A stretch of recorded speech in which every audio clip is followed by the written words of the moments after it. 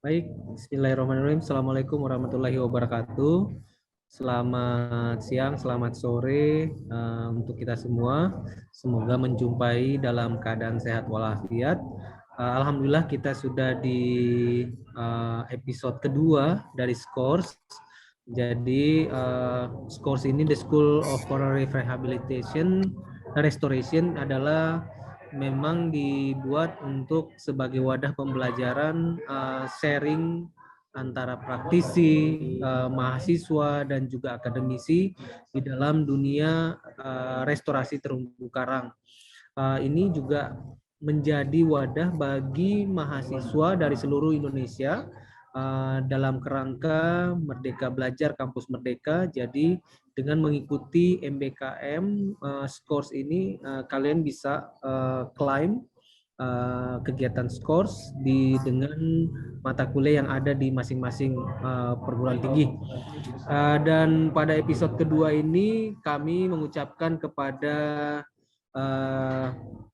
Pak Asrul Hanif dari Yayasan Terumbu Rupa, dan tentunya rekan-rekan semuanya sudah banyak sekali mendengar kegiatan-kegiatan yang sudah dilaksanakan oleh Yayasan Terumbu Rupa, dan ini sangat penting untuk kita ketahui bagaimana visi misi ataupun juga teknik dari yang dilakukan oleh Yayasan Terumbu Rupa berupa artificial reef, seni untuk karang, dan itu luar biasa ya. Jadi bagaimana seni itu masuk di dalam kerangka yang dibangun.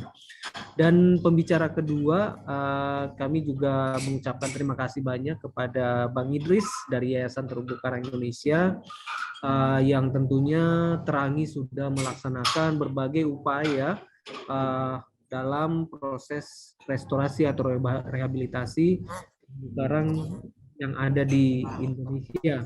Tentunya perspektif dari Bang Idris di dalam memberikan perspektif lain di dalam proses-proses rehabilitasi dan restorasi itu tentunya sangat penting untuk kita kaji bersama. Baik, tanpa berpanjang lebar, terima kasih kami ucapkan kepada dua narasumber yang luar biasa dan berkenan untuk berbagi kepada kita semua di sini untuk bisa saling menguatkan baik dalam segi teori ataupun pengalaman sehingga proses-proses restorasi terumbu karang nanti akan bisa lebih baik lagi di masa yang akan datang. Baik, mari kita saksikan semuanya paparan dari kedua narasumber, dan saya berikan kepada Pak Begin untuk moderatori sesi kedua dari Scores ini. Terima kasih. Assalamualaikum warahmatullahi wabarakatuh. Waalaikumsalam warahmatullahi wabarakatuh. Terima kasih, Mas Kadep. Bersama kita sudah hadir pembicara pertama, Bang Asrul. Kami persilakan untuk berbagi. Terima kasih buat Mas Begin dan Mas Awis atas undangannya buat Yayasan Terumbu Rupa. Kita diundang buat masuk ke Scores 2021 ini. So, ya, kenapa ini AART, hurufnya besar? Karena diambil dari kata art, yaitu seni. Jadi maka kita pakai area seni untuk membuat terumbu karang. Ini presentasinya udah bisa dilihat ya? Sudah bisa, Mas. Oke. Cuma belum di full screen gitu kayaknya. Belum apa? Sorry? Belum full screen. Oh, Oke. Full screen. Masih apa kayak... Ya, ini bisa? Bisa. Oke. Udah gagah nih. Nah, kita langsung ke sejarahnya ya, asal mulanya. Sebenarnya asal mulanya berdirinya Yayasan Terumbu Rupa. Jadi kita tuh ada founder namanya Pak Teguh Ostendrik. Pak Teguh ini dia seniman. Terus ini kalau ceritanya dulu atau tahun 84 itu dia lagi snorkeling di Lombok di Pantai Senggigi dan Pulau Gili. Dulu tahun 84 itu bagus banget. Senggigi itu dulu tempat habitatnya banyak cumi-cumi. Terus dia lihat karang-karangnya bagus, ikan-ikannya bagus, luar biasa kok. Ekosistemnya bagus ya. Lalu 30 tahun kemudian, waktu dia ke sana lagi, semuanya udah hancur. Jadi yang udah nggak, yang dulu udah tempat banyak cumi-cumi udah nggak ada, terus banyak pukat harimau, banyak polusi limbah industri, terus banyak bombing ya, pernah ada bombing. Jadi banyak yang hancur, tinggal padang pasir. Nah, 30 tahun kemudian itu waktu itu saya ikut nih sama Pak Teguh, kita lihat ada apa? Sorry, saya 31 tahun kemudiannya. Pak Teguh 30 tahun kemudian ya, itu tahun 2014. Tahun 2014 tuh dia bikin proyek pertamanya di Artificial Reef di Pantai Senggigi. Itu namanya, sebentar saya next, Domus longus. Nanti ada cerita Domus sepiae, nanti saya ada ceritanya ya. Ini adalah sebenarnya background yang menginspirasi kita untuk membuat artificial reef. Gitu. Ternyata kalau terumbu karang itu peranannya penting. Jadi dia penopang hidup bagi ekosistem laut dengan keanekaragaman hayati tertinggi. Dia melindungi area pesisir dari efek abrasi dan topan. Terus dia juga jadi habitat banyak organisme banyak lautnya, di organisme bawah laut. Oke, lalu next-nya, ya ini sebenarnya mungkin kita semua udah tahu ya, ada kalau terumbu karang atau koros itu menghasilkan 70% oksigen yang kita hirup di bumi. Nah, dari 87.500 km area pesisir di seluruh Indonesia yang baik itu tinggal 6%. Ini datanya kita dapat waktu tahun 2015 waktu kita baru mau buat membangun Yayasan Terumbu Rupa. Terus ternyata terumbu karang juga merupakan tulang punggung ekonomi kerakyatannya. Jadi salah satunya juga wisatawan yang datang untuk menyelam, membutuhkan tidak saja kapal, pemandu dan peralatannya, tapi juga restoran, akomodasi dan industri hiburan penunjang lainnya. Jadi emang terumbu karang juga menopang selain berguna untuk nelayan juga, tapi juga untuk industri pariwisata. Terus banyak wisatawan yang datang tuh ternyata juga ada efek negatifnya. Jadi mungkin ada yang nggak sengaja ketendang. Walaupun emang mungkin waktu pada saat kita ngambil license diving dikasih tahu jangan pernah megang, jangan pernah mendendang. Tapi ada aja mungkin yang by accident tidak sengaja kena, jadi rusak itunya karangnya. Jadi sebenarnya ini dampak-dampak negatif dari pariwisata ya. Oke, langsung lagi lahirnya Yayasan Terumbu Rupa. Jadi emang terinspirasi oleh cerita Pak Teguh Stenrik dan didasarkan kecintaannya akan bumi. Jadi memang waktu itu saya dan Pak Teguh itu kita satu komunitas. Terus Pak Teguh cerita dia punya proyek nih di Lombok, yaitu dia bangun struktur yang namanya Domus sepiae, artinya rumah cumi. Kenapa rumah cumi? Karena dulu banyak banget cumi-cumi di Pantai Senggigi yang udah nggak ada. Lalu dia coba bangun si struktur artificial reef ini, lalu dia tanam koral dengan harapan ikan-ikan yang udah hilang itu datang kembali, termasuk cumi-cumi itu. Nah, waktu itu kita emang terinspirasi sama hasil karya pertamanya dia. Jadi terus kita berdiskusi nih gimana caranya supaya proyek seperti ini bisa jalan terus. Jadi sekali-sekali itu mungkin efeknya nggak akan terlalu berasa, dan sekali-sekali pun waktu pertama kan Pak Teguh dia bergerak sendiri ya, jadi mungkin supportnya juga kurang. Jadi gimana caranya supaya kita bisa mendapatkan support yang besar, jadi kita bisa membangun banyak artificial reef di tempat-tempat yang memang membutuhkan. Jadi waktu itu kita langsung berembuk, ya udah kita bikin yayasan, yaitu pada tanggal 25 April 2015. Ya. Lalu kita bentuklah struktur organisasinya, kita lapor kita bikin berbadan hukum, dan akhirnya berbentuk yayasan non-profit. Jadi emang kita tidak mencari profit, kita pure semuanya yang di dalam struktur yayasan itu adalah volunteer dengan berbagai macam background yang berbeda. Yang kebetulan background kita semua itu bergerak di bidang seni atau di bidang kreatif. Oke. Ini masuk ke chapter selanjutnya, apa yang membuat kami beda? Kami menggerakkan reboisasi hutan bawah air di Indonesia dengan menggunakan instalasi patung seni sebagai media terumbu karang untuk tumbuh. Dulu ada yang bilang kalau seni itu bisa menginspirasi orang lain. Jadi kita berharap sebenarnya karya seni yang ada, yang kita taruh di dalam itu bisa menginspirasi banyak orang, mungkin untuk melakukan hal yang sama, jadi untuk makin mencintai laut. Ya. Nah ini sebenarnya contoh-contoh karya Pak Teguh yang udah kita bikin. Jadi emang karya seni tadi kan, karena karya seni itu bisa menginspirasi orang, jadi dia akan menjadi daya tarik sejak hari pertama ya dicemplungkan. Jadi itu akan memicu orang untuk bertanya, ada apa sih di situ? Kenapa sih begitu? Kenapa di situ gitu ya? Jadi orang akan tersadarkan, oh ternyata emang kita perlu untuk menjaga kelestarian bawah laut.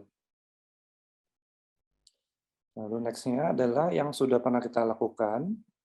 Yang pertama, seperti kita lihat, ada di Pantai Senggigi di Lombok. Itu namanya Domus Sepiae. Yang kedua, kita bikin itu ada di Wakatobi. Tepatnya di Pantai Wangi-Wangi. Di Pulau Wangi-Wangi, di Pantai Waha. Namanya Domus Longus, atau artinya rumah panjang. Lalu yang ketiga, kita bikin di Pulau Sepa, di Kepulauan Seribu.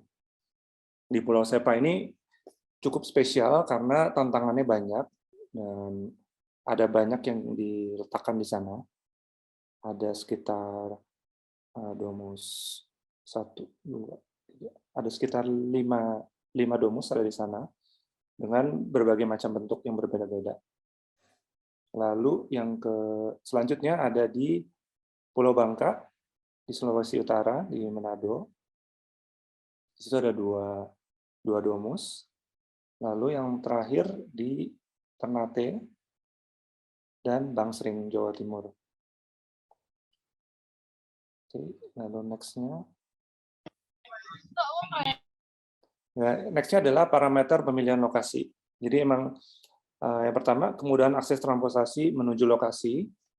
Itu adalah tujuannya untuk pada saat kita pemasangan dan pada saat orang untuk meninjau perawatan dan pada saat orang untuk yang mau melihat hasil karyanya. Lalu ada dukungan infrastruktur, yaitu dengan fasilitas makan, akomodasi, ketersediaan listrik, air bersih. Lalu ada potensi sebagai area wisata, terutama wisata selam atau snorkel. Lalu kondisi lautnya juga penting, yaitu topografinya yang seperti apa, kedalaman saat surut, terus salinitas, arus, visibility, ketersediaan karang dan ikan herbivora. Lalu ada mitra lokal yang which is penting juga karena kita perlu mereka untuk merawat dan meninjau pertumbuhan dari karang yang kita tanam di domus. Nah ini yang pertama yaitu Domus Sepiae di Lombok, yaitu di depan Senggigi Art Market Lombok. Yang mitra kita itu adalah Gili Eco Trust, DSM Dive, Lombok Dive, dan Kunci Villa. Jadi memang waktu itu yang menginisiasi awalnya Kunci Villa. Dan itu sekitar 100 meter dari bibir pantai ya. Nah, ini Domus Sepiae. Sebagai peringatan, kalau dulu Domus Sepiae itu terkenal akan rumah akan cumi-cuminya. Jadi domus itulah adalah artinya rumah, Sepiae adalah cumi. Makanya di sini namain rumah bagi para cumi. So, jadi apa yang kita bentuk apa yang kita bangun adalah rumah atau tempat tinggal bagi biota laut ya. Ini adalah hari pertama Domus CPI diturunkan. Ini adalah foto-fotonya nih, yang sebelah kiri, yang sebelah kanan. Jadi ini adalah pertumbuhan. Jadi hari pertama yang sebelah kiri atas, setelah 2,5 bulan sudah mulai ada biota laut yang datang. Lalu setelah 18 bulan, terlihat koralnya sudah lebih besar daripada hari pertama. Jadi sekitar 1,5 tahun kemudian, yang di foto kanan bawah. Nah, setelah 7 tahun, yaitu awal tahun ini, ada teman kita ke sana ngecek pertumbuhannya, jadi sudah cukup rapat. Sudah banyak yang menghuni Domus CPI, seperti kita lihat. Sudah macam-macam spesies koral juga di situ. Yang kedua ada Domus longus di Wakatobi. Ini kita turunkan pada bulan September 2015. Domus longus itu artinya rumah panjang. Jadi dulu berkaitan dengan ikan yang banyak ditemukan di pantai Wahha, yaitu ikan panjang, long nose butterfly namanya. Jadi kita namain Domus longus. Nah, tempatnya itu di pantai Wahha, di Pulau Wangi-Wangi. Nah, mitra kita di sana itu waktu itu adalah Bapeda Wakatobi, Taman Nasional Wakatobi, dan Wahha Tourism Community. Jadi emang spotnya itu tepat di depan kantor Wahha WTC atau Wahha Tourism Community. Nah, mereka yang mempunyai semangat untuk menjaga keberadaan Domus waktu itu di situ. Tempatnya itu di lagoon, yang kalau kita lihat di foto sebelah kiri ada lagoon. Nah, Domus longus ada di situ. Nah, ini hari pertama. Cerita tentang penurunan ini banyak banget, emang berat sekali kan, dia 1 ton lebih. Ya, memang waktu itu kita juga perlu awal-awal gimana caranya nurunin struktur yang berat itu dan satu kesatuan. Jadi emang satu kita bentuk tim, semuanya volunteer, kita turunin pakai bambu, pakai jerigen sebagai apung. Tapi akhirnya dia bisa berhasil turun dengan baik. Dan ini hari pertama kita lagi nanam koral ya. Setelah 4 tahun, yaitu tahun 2019 sebelum pandemi, kita sempat ke sana. Dan hasilnya ternyata mereka tumbuh subur. Dan ikan-ikannya banyak banget. Dan long nose butterfly di situ ditemukan banyak berenang-berenang di sekitar Domus. Ini ada fotonya. Ini tampak atasnya, jadi emang struktur yang tadi sudah hampir ketutup dengan koral ya. Nah, spot ketiga ini di Pulau Sepa, di Kepulauan Seribu. Nah, mitra kita itu adalah Pulau Sepa Resort, Taman Nasional, Zombie Dive, PT Pelni, dan alumni Canisius. Jadi Pelni, Canisius itu adalah orang-orang yang mendonasikan dananya untuk kita untuk bangun Domus di sini. Kalau yang sebelah kanan itu adalah kapal Nabino ceritanya. Itu kita turunin untuk PT Pelni. Lalu yang sebelah kanan bawah itu adalah Domus Pyramidis, berbentuk piramid, ada 2. Ini di sini ada 5 domus. Ini dua-duanya. Baru kita lihat di sini. Yang pertama ini ada Domus musculi, yaitu rumah kerang. Jadi emang di pesisir utara Jakarta dulu terkenal dengan karangnya. Jadi makanya kita namain Domus musculi atau rumah kerang. Ya, jadi sekarang kan udah hampir mungkin udah tercemar berat si karang-karang hijau di sana. So dinamakan Domus musculi. Ini yang pertama kita bangun, kita turunin di Pulau Sepa. Ini adalah saat kita menanam koral, Domus musculi dari dalam. Nah, setelah 3 tahun 7 bulan, ini pertumbuhannya dari Domus musculi. Udah macam-macam juga jumlah karangnya, terus banyak ikan. Ikan-ikan di sana, jinak-jinak suka nyamperin kita. Mungkin karena kita suka, karena hampir setiap bulan kita ke sana untuk maintenance, untuk membersihin dari algae, karena di air di sana tuh banyak mengandung algae, jadi kita harus rutin bersihkan ya. Nah, yang kedua ini adalah Domus Kutum. Domus Kutum atau rumah risai. Ini adalah donasi dari Canisius. Hari pertama pada saat kita menurunkan tuh foto sebelah kiri, yang sebelah kiri bawah itu setelah 2 bulan, dan setelah 3 tahun adalah yang kanan bawah. Jadi kita bisa lihat perbedaan pertumbuhannya, size-nya.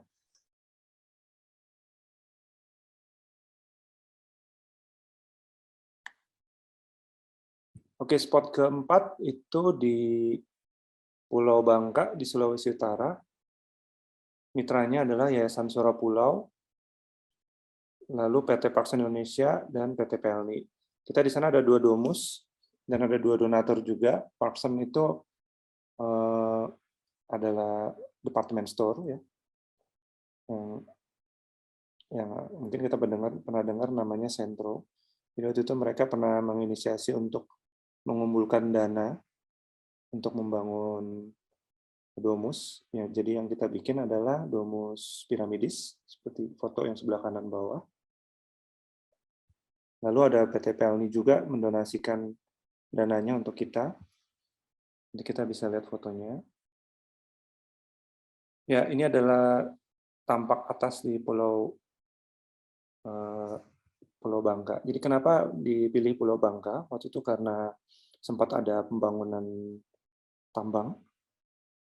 Jadi waktu mereka mengeruk tanahnya itu, tanahnya pada mencemari air di sana. Tapi airnya tambangnya berhenti.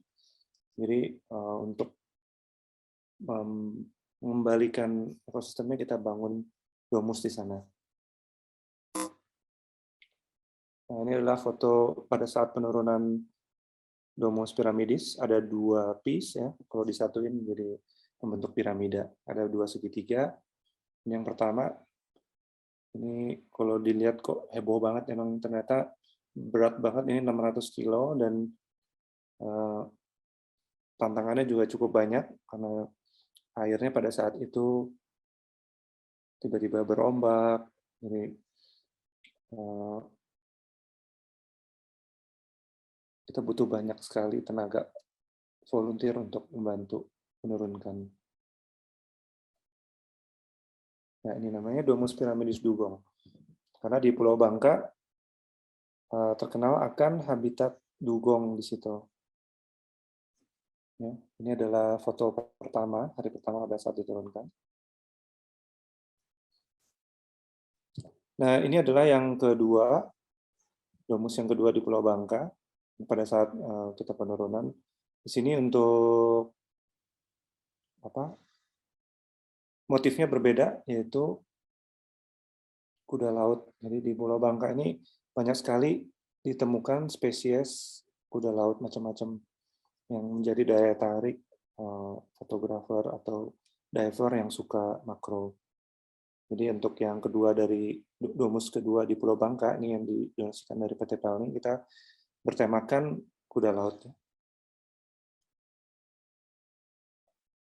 Ya, ini adalah foto pertama pada saat domus hipokampi atau kuda laut itu turunin. Udah ada schooling datang di situ, ya. Jadi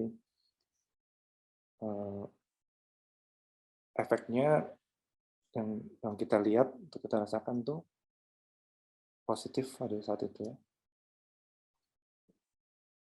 Dan ini adalah laporan dari pertumbuhan karang di domus hipokampi. Jadi dari hari dari Desember 2018 sampai Mei 2020. Jadi emang di beberapa tempat domus yang kita turunin itu kita kerjasama dengan beberapa universitas, dan kita juga ada staff yang bertugas untuk menjaga dan membersihkan atau merawat domus kita. Jadi dia juga bertugas untuk memantau pertumbuhannya. Contohnya ini pada saat Desember 2018, si nomor 43 ini 12 cm panjangnya. Tapi setahu kira-kira berapa nih, 6 bulan kemudian udah 20 cm. Lalu tahun 2020 dia jadi 30 cm dan punya 133 cabang. Jadi pada saat kita lihat ini, wah kita senang banget. Ternyata bisa berhasil tumbuh di sana. Lalu yang selanjutnya kita ada Domus Rosiculeo. Jadi ini adalah karya seni Pak Teguh yang sebelumnya mempunyai konsep dipamerkan dulu di Art Jog. Jadi kita pasang 3D mapping, jadi proyektor suasana di dalam laut, dan pakai sound effect atau suara-suara di dalam laut. Jadi untuk orang-orang yang mungkin belum pernah atau belum berani atau belum bisa turun ke dalam laut untuk melihat gimana warna-warninya di dalam laut, dia bisa masuk ke dalam instalasi ini dan merasakan gimana rasanya berenang di bawah Domus Rosiculeo.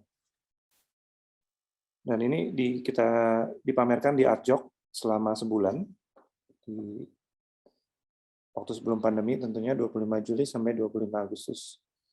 Nah setelah itu Domus Rosiculeo ini kita turunkan di Ternate. Ya, ini adalah salah satu contoh mungkin feedback atau apa orang-orang yang telah melewati telah masuk ke instalasi itu, mereka kasih pendapat-pendapatnya, kayak ada yang jujur mewek masuk sini itu, jadi kita senang banget. Jadi mereka bisa akhirnya tahu atau lihat apa yang kita bisa lihat karena kita mungkin udah masuk ke dalam dan mereka belum.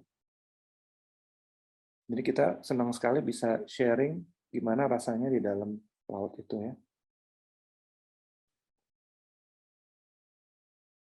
Lalu Domus Rosiculeo ini kita bawa ke Ternate di Maluku Utara, tepatnya di Pantai Jikomalamo. Nah, mitra di sana adalah Lakona Dive Club dan DKP Ternate. Ya, foto-foto ini adalah pada saat hari pertama atau sehari sebelum kita melaksanakan penurunan.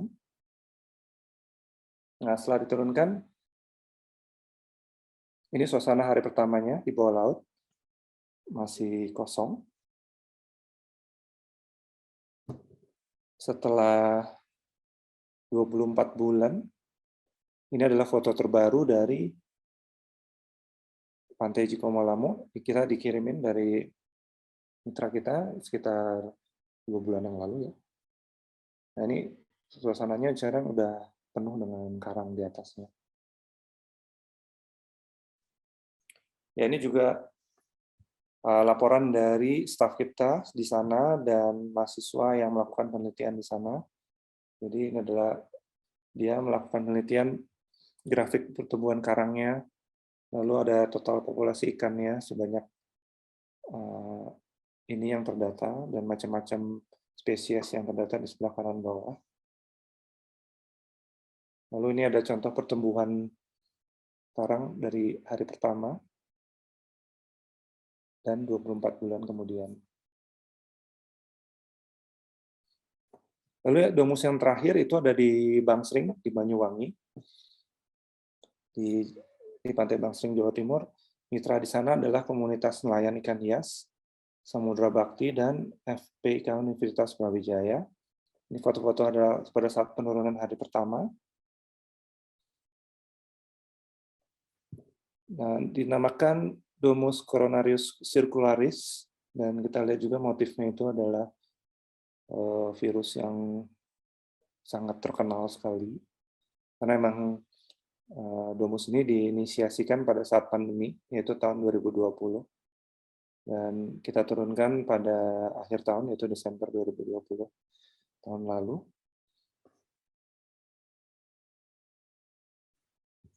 Ya, ini hari pertama. Ya, emang di sana langsung ada schooling ikan yang masuk. Bisa lihat videonya nggak ya? Bisa Mas, jalan-jalan. Jalan ya. Mau nangis liatnya. Travelity sudah langsung menganggap Domus ini rumah mereka langsung masuk ke dalam aja.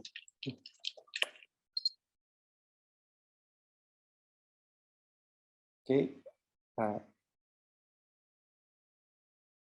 next-nya sebentar.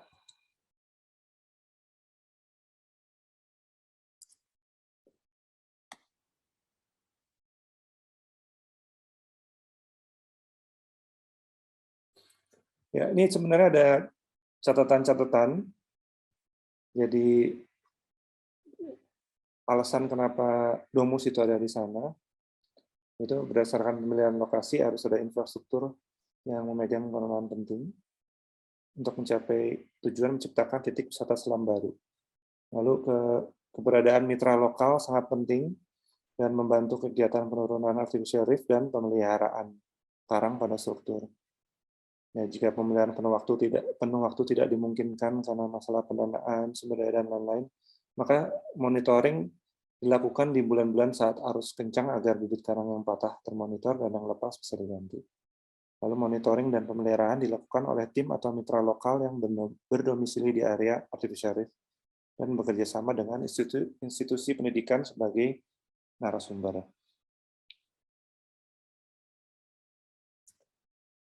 Lalu ini ada catatan yang membahas tentang desain struktur artificial reef. Ya, bentuk-bentuk dengan bidang horizontal yang dominan akan mempermudah pengikatan bibit karang, dan jika natural recruitment yang tumbuh adalah dari jenis Acropora tabulate, bidang horizontal akan mengurangi risiko patah jika terkena arus kencang. Jadi kombinasi material pipa dan plat besi sejauh ini memberikan ruang yang cukup luas untuk karang menempel dan tumbuh. Pada saat kita nempel juga kita memberikan jarak supaya dia ada ruang untuk membesar.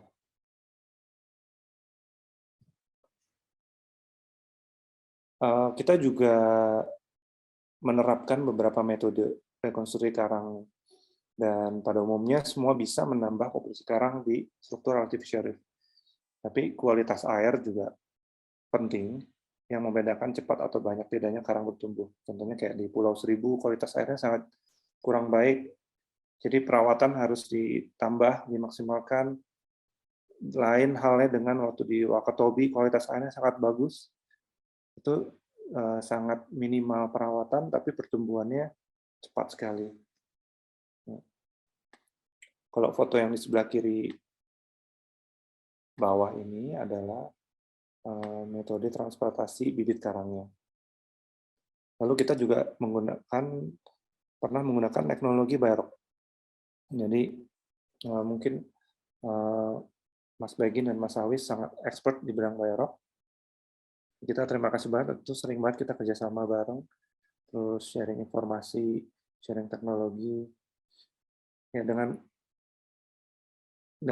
Biorock emang perlu banyak aspek yang diperhatikan dalam pemilihan kenapa kita harus menggunakan Biorock. Lalu ada juga koral gantung. Ini sempat dilaksanakan di Pulau Seribu. Hasilnya adalah cocok untuk aklimatasi bagi bibit-bibit karang, karena sebenarnya dia rentan patah pada saat terkena arus. Lalu ada juga natural recruitment, perlu waktu, namun jenis karangnya paling bertahan, yaitu dia paling kuat. Mungkin karena dia udah sesuai dengan air di sana, dia udah sesuai dengan kondisi alam di sana, jadi dia bisa tumbuh dengan paling kuat di situ.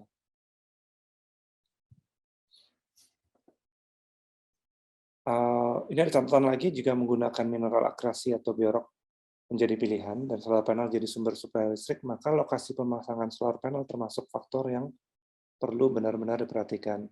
Kalau yang kita lihat di foto ini, yang sebelah kanan atas itu adalah di Banyuwangi, yang kanan bawah itu adalah di Pulau Seribu, yang kanan bawahnya lagi itu pakai floaters itu di Wakatobi dan di Pulau Senggigi, di Pantai Senggigi.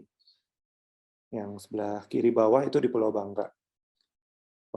Jadi pemasangan solar panel di atas rakit atau rumah apung seringkali menyebabkan kabel listrik terputus, terutama saat gelombang besar. Waktu kita apply di Wakatobi, setiap kali angin darat, nah solar panel harus diputus, diangkat, ditarik ke darat, karena kalau kena ombak dia pasti putus. Tapi kalau dipasang di darat, harus dipastikan dia dapat sinar matahari yang paling lama.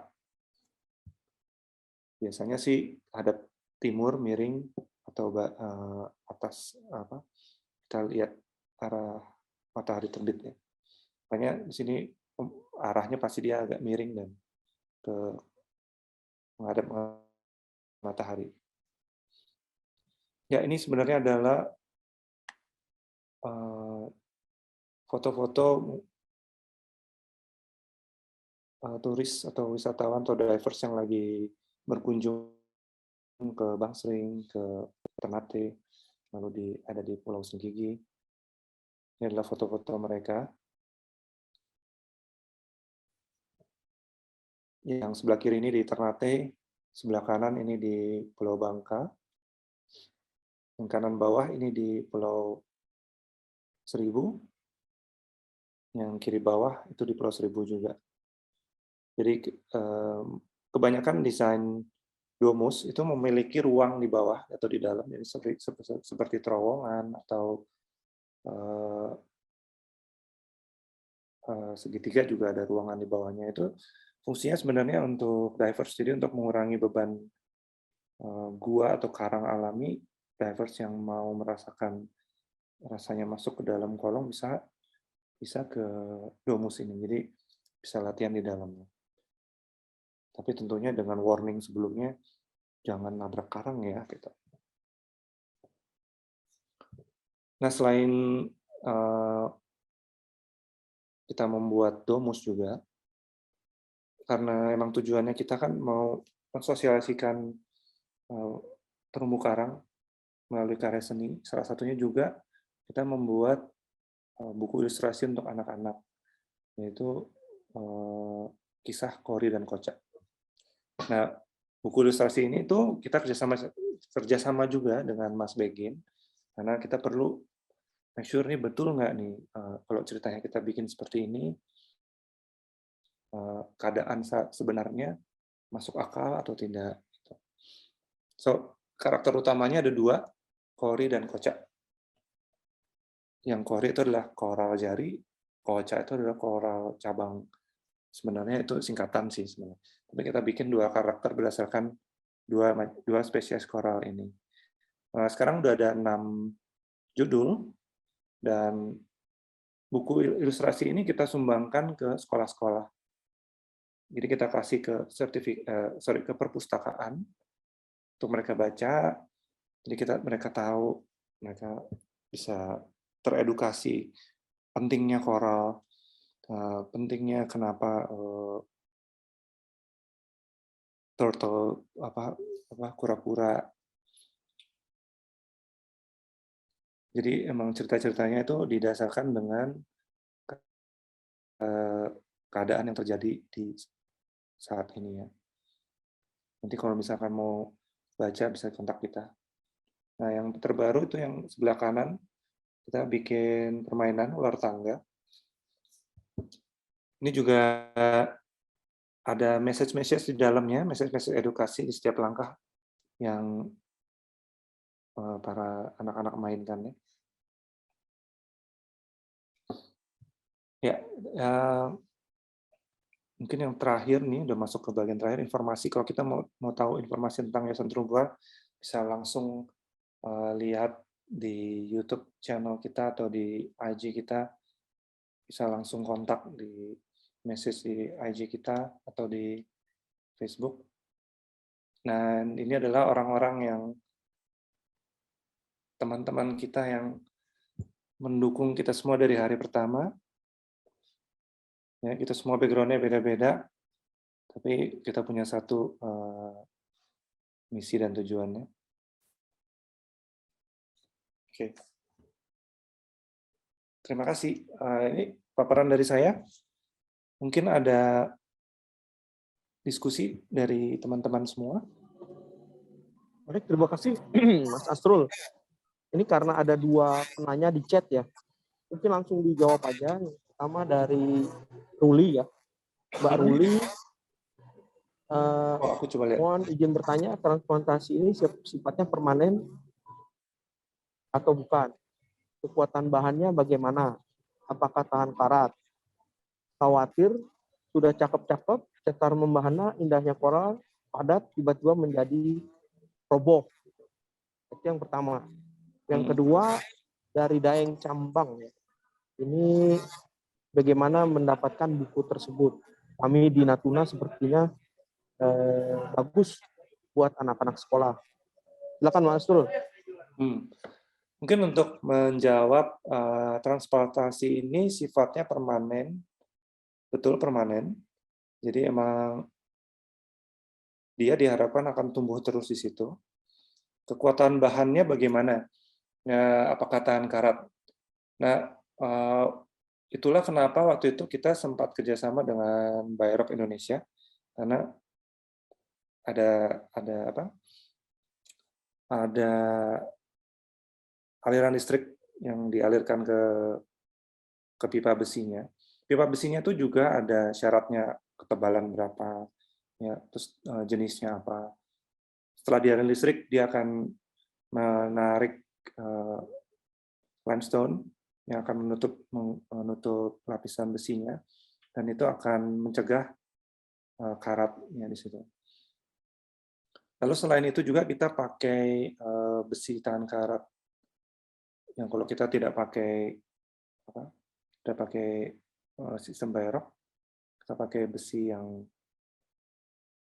saya lupa namanya, tapi besinya itu dia kuat dan pasti tidak masuk ke dalam. Dia tidak, sampai sekarang tidak ditemukan adanya proses karat di situ ya. Jadi dan kita harapkan itu tidak roboh karena memang ada perhitungannya kenapa strukturnya berbentuk seperti ini. Lalu ada bagian-bagian tertentu yang diperkuat, ada bagian-bagian tertentu yang besinya lebih tebal. Karena untuk menahan beban yang nanti akan tumbuh ketika koral itu sudah tumbuh besar. Jadi emang kita ada advisor di bidang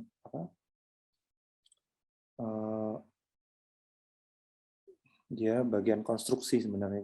Dia sudah punya hitungannya gitu.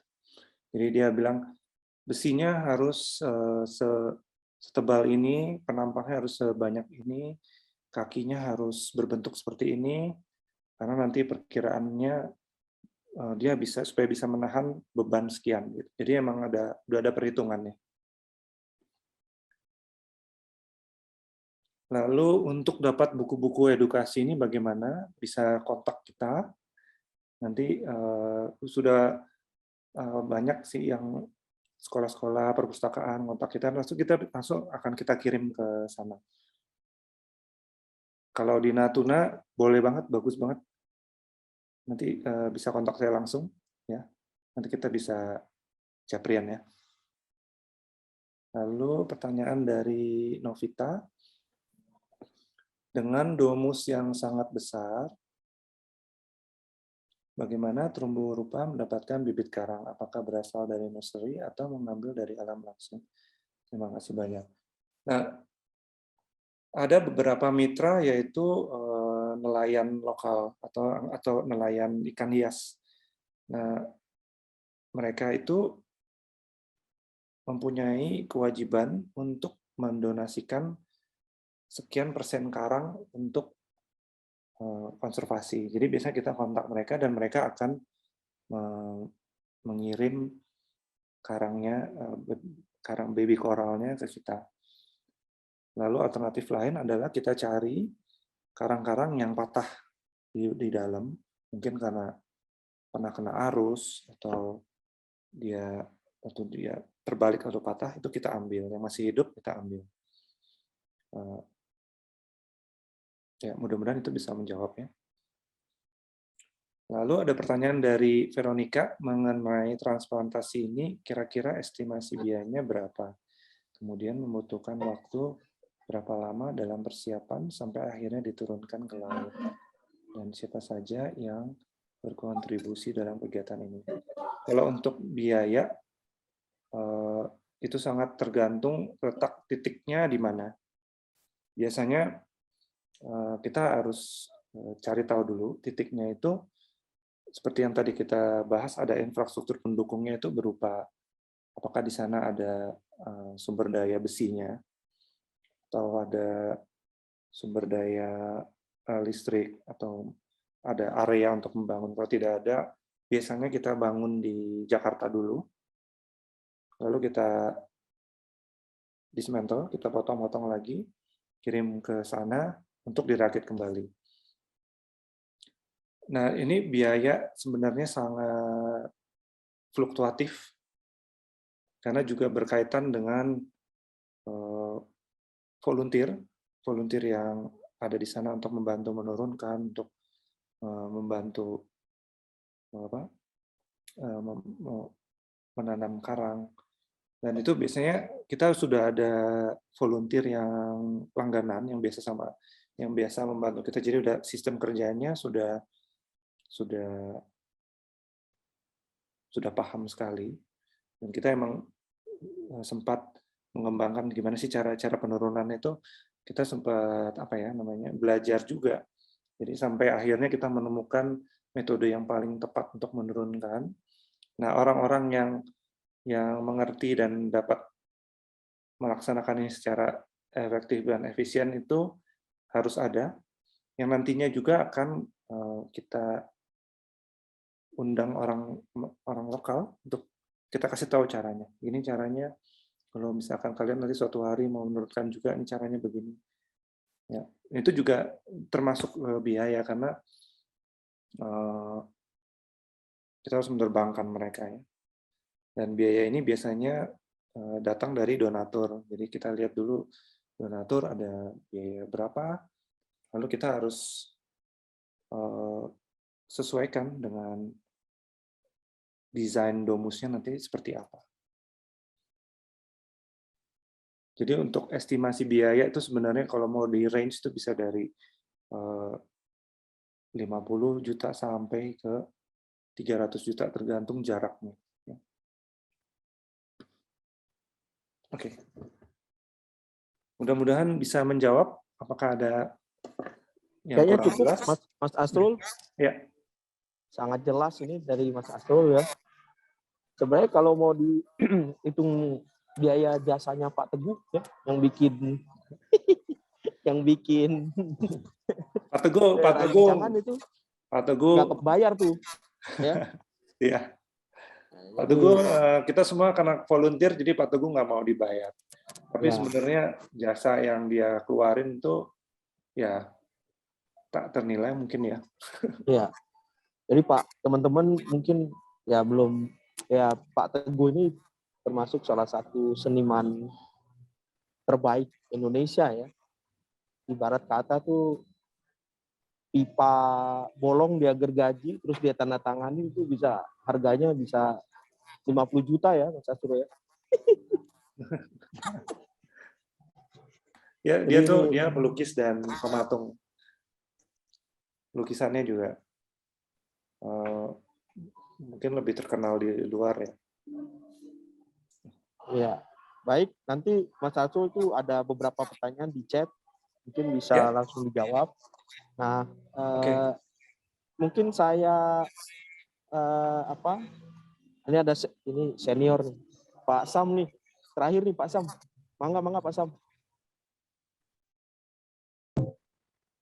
Ya, terima kasih. Suatu presentasi yang sangat menarik. Saya juga apresiasi terhadap ini bukan pekerjaan gampang ya, pekerjaan sangat sulit gitu. Tapi beberapa hal tadi ditanya juga oleh siapa tuh Mbak Ruli ya tentang besi. Saya rasa besi itu ada ketahanannya juga, jadi tidak mungkin. Sedangkan besi stainless steel aja bisa berkarat tuh. Jadi itu sangat disayangkan kalau misalnya dia rubuh gitu. Rubuh itu kan usaha yang udah besar begitu bisa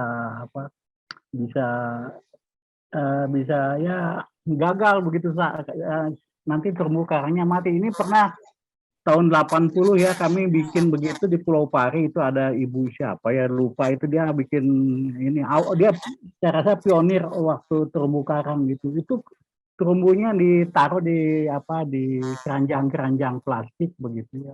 Itu tumbuhnya sangat besar sekali, tetapi begitu proyeknya selesai datang ombak itu hancur semua, jadi mati semua.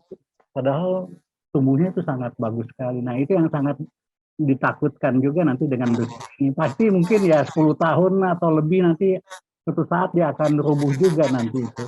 Jadi betul-betul memang harus itu, apakah tidak bisa misalnya dengan cor beton atau apa begitu mungkin yang lebih bisa kuat begitu. Kemudian salah satu lagi tentang ini monitoring, saya rasa kita perlu untuk melakukan monitoring ya. Jadi misalnya kita mencatat suhu, salinitas, kemudian kecerahan air. Itu kan kecerahan air mudah dengan papan Sekidis itu kita bisa mengetahui kecepatan kecerahan air. Kemudian kecepatan arus dan arah arus itu kita bisa lepaskan semacam parasut. Kemudian parasutnya kita kasih GPS, nanti kita lacak cracknya kemana saja harus buat. Nah itu sangat berguna nanti untuk keperluan ilmiah.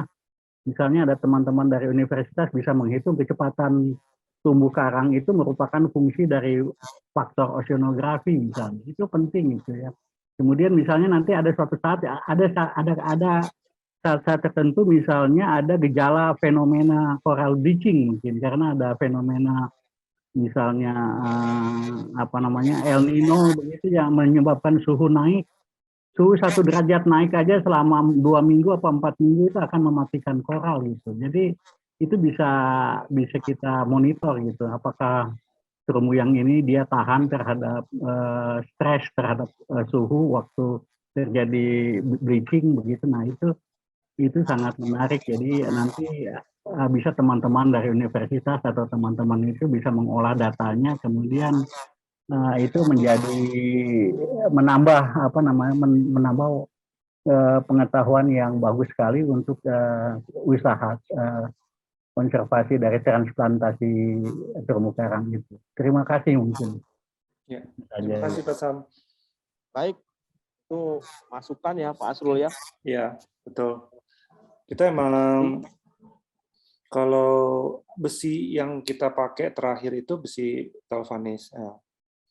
Dan emang sampai sekarang kita juga masih terus cari tahu material apa yang paling bagus untuk media pertumbuhannya karang ini. Dan sekarang ini kenapa kita semua nih lagi ada di Bali, karena di Bali Utara itu kita lagi mau coba research tentang metode yang paling cocok kira-kira yang lebih bagus lagi untuk media bertumbuhnya si karang ini. Ya, mungkin betul kata Pak Sam, mungkin kalau apakah di beton, karena memang dia kan ada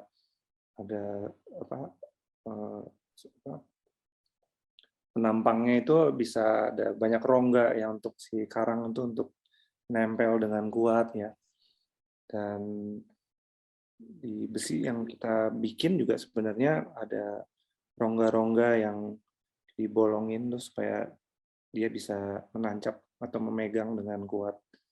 Ya selama ini sih itu yang kita harapkan, dia dapat bertahan atau memegang dengan kuat, bertahan dari arus, bertahan dari beratnya sendiri supaya dia nggak jatuh. Gitu. Dan memang setuju untuk yang apa salinitas itu juga kita sekarang lagi mau research nih di ada alatnya untuk apa memantau tingkat kadar air ya. Gimana Mas Bagin, sorry? Oke Mas, lanjut. Waktunya sedikit lagi. Oke. Ini mungkin tadi udah menjawab tadi besi anti karatnya apa ya? Kita sekarang terakhir tuh pakai besi galvanis. Galvanis ya. Nah, terus saya ingin bertanya dengan artificial sebesar itu, apakah ada kesulitan dalam maintenance seperti pembersihan domusnya dan penggantian karang yang mati? Peralatan apa yang digunakan untuk maintenance?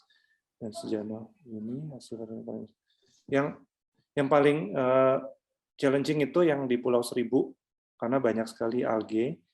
Waktu itu memang ada staff yang kita pekerjakan di sana untuk membersihkan pakai sikat. Jadi kita sempat ada campaign untuk mengumpulkan sikat gigi bekas. Jadi daripada sikat gigi bekas itu dibuang, kita kumpulkan. Nah, staff itu yang akan menggunakan sikat gigi itu untuk membersihkan struktur dan karang koral-koralnya juga. Jadi sikat gigi karena dia kecil, jadi dia bisa menjangkau tempat-tempat yang sempit. Tapi dia juga perlu ada background dari ilmu pengetahuan juga, karena dia harus bisa membedakan mana yang algae, mana yang baby coral atau yang tumbuh alami ya, atau natural recruitment, dia harus bisa bedain. Terus yang sejauh ini hasil yang paling memuaskan itu di Wakatobi yang udah 4 tahun itu udah tumbuh dengan sendirinya, terus rapat. Lalu di Pulau Bangka juga bagus, di Pulau Ternate juga tumbuhnya bagus. Terus apakah di tahun 2022 ada dilaksanakan transplantasi dan bagaimana cara untuk ikut menjadi volunteer? Rencana tahun 2002 ada, ini kita sekarang lagi emang research, mungkin Pak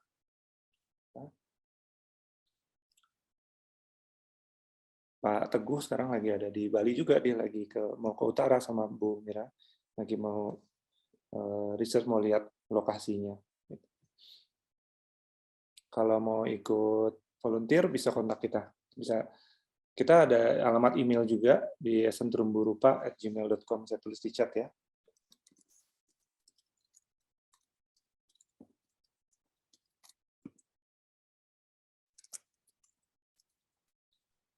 Oke Mas Asrul, kayaknya kalau ada pertanyaan kita bisa skip dulu ya. Boleh. Sudah ada Mas Idris, nanti kalau memang itu bisa kita lanjutkan ya untuk berdiskusi.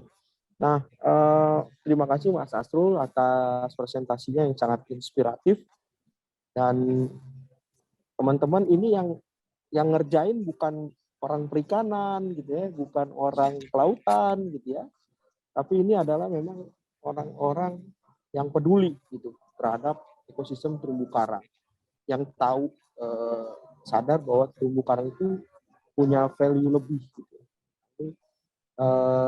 Ini sangat luar biasa bagi kami. Gerakan yang dilakukan YTR ini sangat inspiratif seperti itu. Dan kalau saya sendiri memang sangat senang ya dilibatkan untuk membantu teman-teman YTR, karena pertanyaan-pertanyaannya sangat unik-unik dalam diskusi ya. Tapi itu adalah ya itu tantangan lah buat kita saintis. Yeah. Tapi satu hal yang menarik juga ya, tadi disampaikan bahwa rehabilitasi terumbu karang ini merupakan kegiatan transdisiplin gitu ya. Jadi tadi ya, jadi ada orang sipil, ya, orang seni dan lain-lain. Itu yang sangat penting. Itu catatan dari saya. Yang mana? Baik teman-teman, kita lanjut. Bang Idris, apakah sudah on? Kita beri emoticon dulu nih buat Mas Asrul nih, kasih love dulu, love. Terima kasih ya semua. Kita sangat terbuka untuk berbagai masukan, dan mungkin ada yang mau volunteer juga boleh. Oke, silakan Bang Idris. On Bang kamera, on Idris, mic. silakan. Baik, izin share screen, Bang Begin. Mangga. Jadi langsung lanjut. Sebelum dimulai nih Bang Idris, dia merupakan ini teman seperjuangan saya juga nih waktu penelitian transplantasi di Pulau Seribu.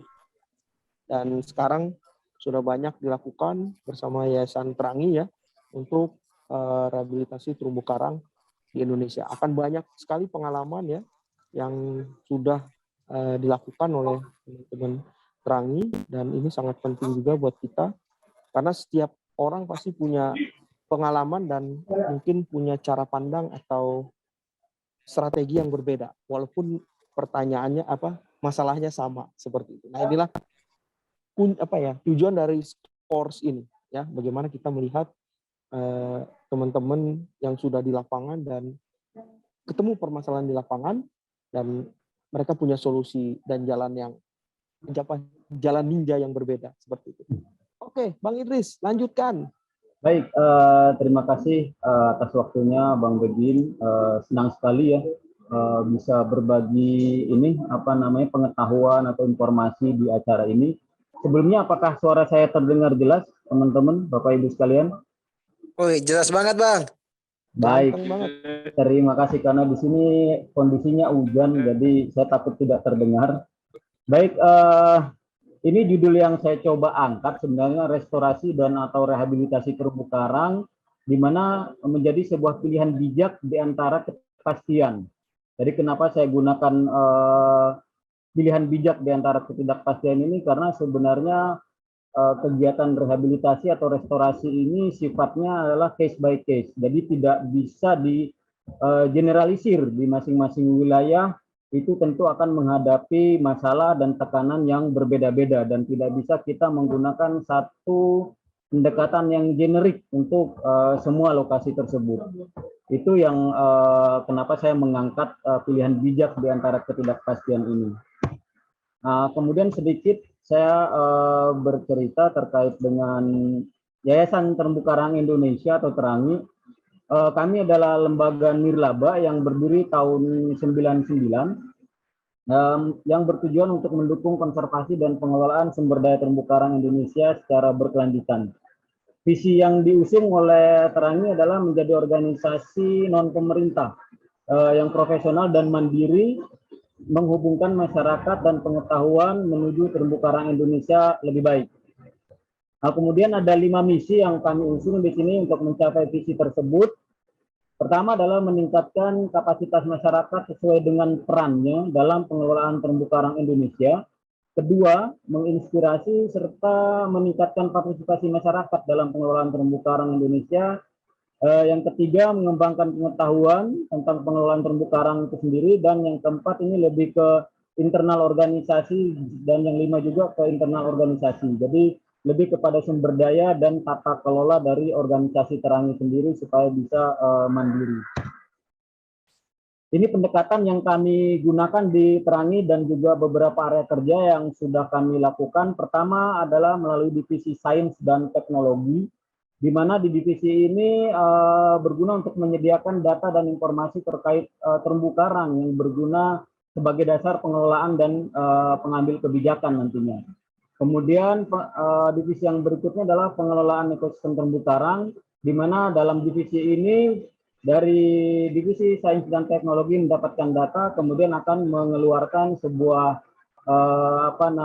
pemanfaatan yang seimbang antara lingkungan dan manusia melalui cara yang tepat guna sesuai dengan kebijakan yang menitik beratkan pada lingkungan, ekonomi, dan sosial seperti itu. Nah, setelah 2 divisi tadi menghasilkan produk, itu akan dikembangkan didiseminasi atau disebarkan melalui manajemen pengetahuan. Ini akan disebar melalui website atau melalui publikasi-publikasi yang dibuat oleh teman-teman di sains dan teknologi serta di pengelolaan terumbu karang seperti itu. Nah, ini sekilas mengenai Yayasan Terangi, tempat saya bernaung. Nah, berikutnya, kenapa sih kita harus fokus kepada karang? Kenapa tidak pada alga, kenapa tidak pada biota bentiknya, kenapa tidak pada spons? Nah, di sini karang itu merupakan bahan dasar dan struktural yang menjadi perlindungan pantai, di mana itu menjadi fungsi utama dari terumbu karang itu sendiri. Kemudian dia memiliki struktur yang kompleks, menyediakan relung-relung ekologi bagi banyak biota laut, sehingga kenapa kita fokus pada karang itu sendiri. Kemudian tadi kita juga si karang tadi menjadi perlindungan bagi biota karang, biota laut yang ada di ekosistem terumbu karang itu sendiri. Dan yang terakhir itu wisatawan sangat tertarik dengan karang yang hidup, di mana mereka beranggapan bahwa karang yang sehat itu adalah karang yang banyak itu merupakan perwujudan dari karang yang sehat seperti itu. Nah, kemudian ini tekanan yang terjadi di ekosistem terumbu karang. Jadi ada yang alami seperti ini, kemudian ada yang antropogenik seperti ini. Nah, dominan biasanya tekanan alami itu lebih besar dibanding dengan tekanan antropogenik secara skala. Tapi dari sisi akut dan banyaknya itu tekanan antropogenik itu lebih banyak dan lebih lama dampaknya terhadap ekosistem terumbu karang. Seperti itu. Kemudian, nah ini apa yang harus kita lakukan dengan degradasi ekosistem tadi? Kita mau melihat sebenarnya apakah kita akan menuju ke sini atau kita akan biarkan dia akan seperti ini, atau kita coba membuat dia akan seperti ini dengan dibiarkan atau dengan direhabilitasi. Ada ekosistem pengganti, atau dengan rehabilitasi juga kita akan coba mendekati kondisi awal dari si ekosistem tersebut. Nah, ini kita coba pendekatannya seperti apa. Menurut kami berdasarkan kajian dan pengalaman di lapangan, restorasi ekologi ini sangat penting untuk menjadi solusi. Karena dia adalah sebuah proses untuk membantu pemulihan suatu ekosistem yang telah menurun, rusak atau hancur. Ini yang menjadi fokus kami di Serangi. Nah, berikutnya ini adalah alur pengambilan keputusan yang kami gunakan. Ini dikembangkan oleh teman-teman dari Filipina dan beberapa juga peneliti dari luar negeri. Jadi penilaian potensi untuk pulih itu seperti apa? Apakah lokasi itu mendukung pertumbuhan karang atau tidak sebelum ada gangguan? Kita lihat jika iya seperti apa dan jika tidak seperti apa. Nah, jika tidak, berarti pertimbangkan untuk perlu melakukan intervensi dalam bentuk restorasi atau tidak. Jika lokasi tersebut tidak mendukung. Tapi jika lokasinya mendukung, seperti apa keputusannya? Kita lihat kualitas airnya baik atau tidak. Nah, jika kualitas air tidak baik, apa yang harus dilakukan? Perbaiki kualitas air. Nah, kemudian jika iya, kualitas airnya mendukung untuk pertumbuhan karang, maka substrat dasar yang stabil ada tidak di lokasi tersebut? Jika tidak, seperti apa? Dan jika iya, seperti apa? Jika tidak, berarti kita harus menyiapkan sebuah substrat atau media tumbuh bagi anakan karang yang stabil di lokasi tersebut. Tapi jika iya, maka kita perlu lihat apakah alga atau herbivori seimbang untuk pemulihan alami. Jadi jika dominan alga, berarti herbivori tidak terjadi di sana. Makanya ini perlu kita lihat tekanannya seperti apa. Jika tidak, maka lakukan pengelolaan perikanan. Karena herbivori ini kaitannya dengan penangkapan yang berlebih, kemudian penangkapan yang merusak atau penangkapan yang tidak ramah lingkungan. Jadi di sini kita perlu melakukan pengelolaan perikanan jika herbivorinya berkurang. Tapi jika iya seimbang, maka kita perhatikan lagi di sini apakah rekrutmen terbatas secara alami. Nah, jika tidak seperti apa dan jika iya seperti apa. Nah, jika iya, maka bangun strategi restorasi. Apakah nanti dalam bentuk penyediaan substrat atau dalam bentuk pengelolaan kawasan. Jadi tidak melulu kita berbicara restorasi atau rehabilitasi itu harus dengan intervensi langsung dalam bentuk intervensi fisik. Tapi jika tidak seperti apa, maka kita lihat apakah restorasi yang aktif, yang bentuknya fisik, perlu kita lakukan seperti itu. Nah, ini panduan yang coba kami adaptasi atau adopsi dari beberapa peneliti yang kami selalu perkenalkan kepada teman-teman di lapangan dalam mengambil sebuah keputusan untuk kegiatan rehabilitasi atau restorasi. Nah, ini adalah sedikit contoh kasus yang kami lakukan di Kepulauan Seribu terkait dengan mencoba untuk menerapkan alur tadi. Nah, ini kondisi terumbu karang Kepulauan Seribu apakah memiliki kemungkinan untuk pulih? Jadi kita lihat dari data ternyata masih ada di sini untuk kemungkinan untuk pulih. Dilihat dari ratanya ada 22,5, kemudian 31,9 dan kemudian 23. Jadi secara teknis dari data ini bahwa si terumbu karang Pulau Seribu itu memiliki kemampuan untuk pulih. Berarti kita bisa untuk melakukan rehabilitasi seperti itu. Kemudian apakah rekrutmen alaminya ada atau tidak? Nah, di sini kita lihat dari sisi ukuran bahwa yang rekrutmen alami ini yang kurang dari 5 cm. Jadi ada 18,4% terumbu karang di Kepulauan Seribu itu masih anakan. Jadi kita lihat bahwa juwana karang itu masih bisa tumbuh di sana. Nah, kemudian apa yang harus kita lakukan di sini kita lihat. Nah, berarti kemampuan alaminya itu masih ada untuk pulih. Nah, kemudian dari sisi kualitas perairan seperti apa? Di sini secara umum rata-rata kualitas perairannya mendukung untuk pertumbuhan karang, maka kita akan lakukan kegiatan untuk restorasinya misalkan. Nah, ini kita lihat sekarang dari sisi substrat dasar perairan, apakah banyak substrat yang stabil atau labil? Ternyata di Kepulauan Seribu itu dominan kita temukan banyak patahan karang, sehingga perlu kita melakukan beberapa pendekatan. Nah, ini menstabilkan substrat dan atau menghilangkan patahan-patahan karang tersebut dengan memperbaiki kondisi substratnya. Pilihannya seperti apa? Jadi ini ada alternatif metode dari alur yang kita tadi sampaikan bahwa memasangkan jaring misalkan di permukaan patahan karang tersebut.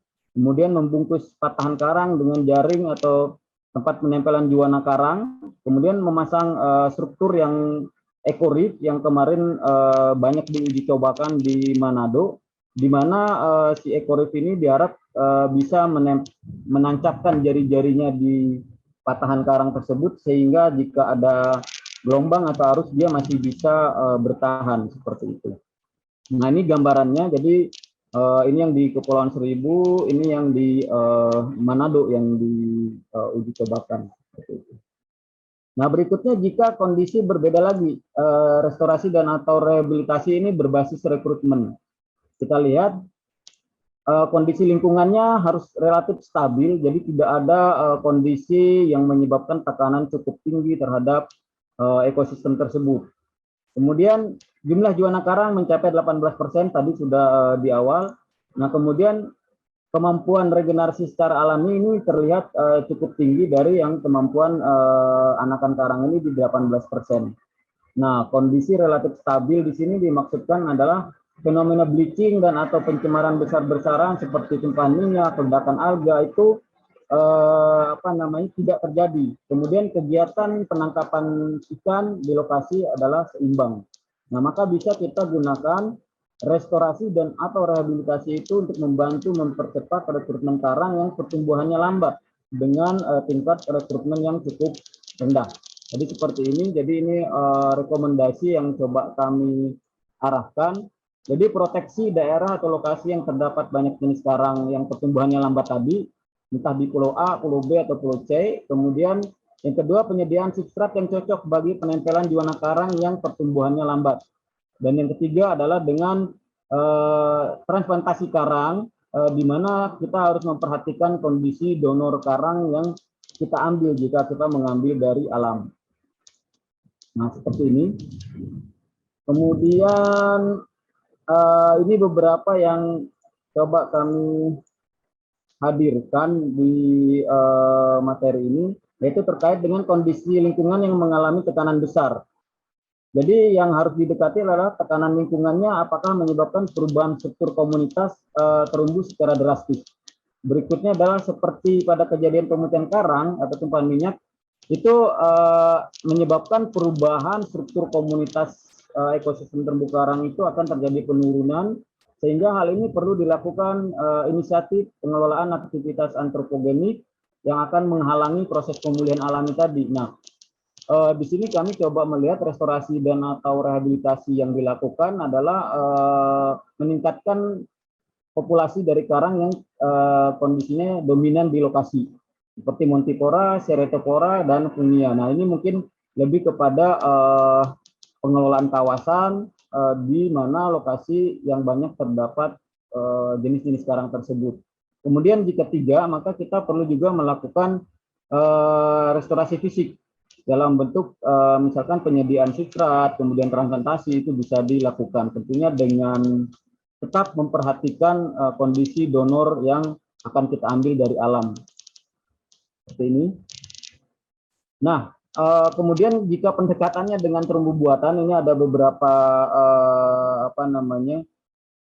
terumbu buatan yang pernah Terangi lakukan. Jadi tujuannya adalah untuk stabilisasi dan mengembalikan kompleksitas area yang dipenuhi patahan karang tadi, kemudian mendukung kegiatan wisata atau pendidikan dan penyadartahuan masyarakat. Ini seperti yang tadi disampaikan oleh teman-teman dari Yayasan Terumbu Rupa. Nah, kemudian juga ini mengurangi tekanan alam akibat dari kegiatan penyelaman yang menekan terhadap ekosistem terumbu karang alami itu sendiri, seperti kegiatan wisata diving yang memang lebih antusias kepada keberadaan terumbu karang atau snorkeling seperti itu. Nah, ini beberapa model media untuk rehabilitasi yang pernah dilakukan di Kepulauan Seribu oleh Terangi dengan teman-teman di sana. Jadi ini adalah lebih cocok sebenarnya untuk penyediaan bibit indukan untuk anakan karang berikutnya. Karena kalau secara spesifik kita langsung menggunakan ini untuk rehabilitasi dan tidak kita pindahkan, tentunya ketahanan dari masing-masing ini akan terbatas seperti itu dengan kondisi rak atau meja yang digunakan. Walaupun ada beberapa misalkan teman-teman di Bali yang memang bermain di budidaya karang hias itu banyak yang ditinggalkan hasilnya dan dia mampu menjadi terumbu karang yang memang terlihat seperti alami karena dia mampu bertahan kayak gitu. Ini di Kepulauan Seribu. Nah, kemudian ini juga dengan pendekatan media rabel tadi yang dikarungkan di dalam jaring. Ini ditanam satu-satu si karangnya. Nah, kemudian ini yang diterapkan di Gili Meno. Ini dengan teman-teman dari Meno Lestari waktu itu. Jadi mereka sendiri yang membuat model ini dengan kami mengajarkan terlebih dahulu sebenarnya alur pengambilan keputusan dalam melakukan rehabilitasi ini atau restorasi ini seperti ini. Nah, kemudian mereka punya ide yang seperti ini, seperti itu. Nah, kemudian ini juga teman-teman dari Kepulauan Seribu sama ini pelibatan masyarakatnya cukup kental di sini, yaitu teman-teman dari jaringan monitoring Kepulauan Seribu.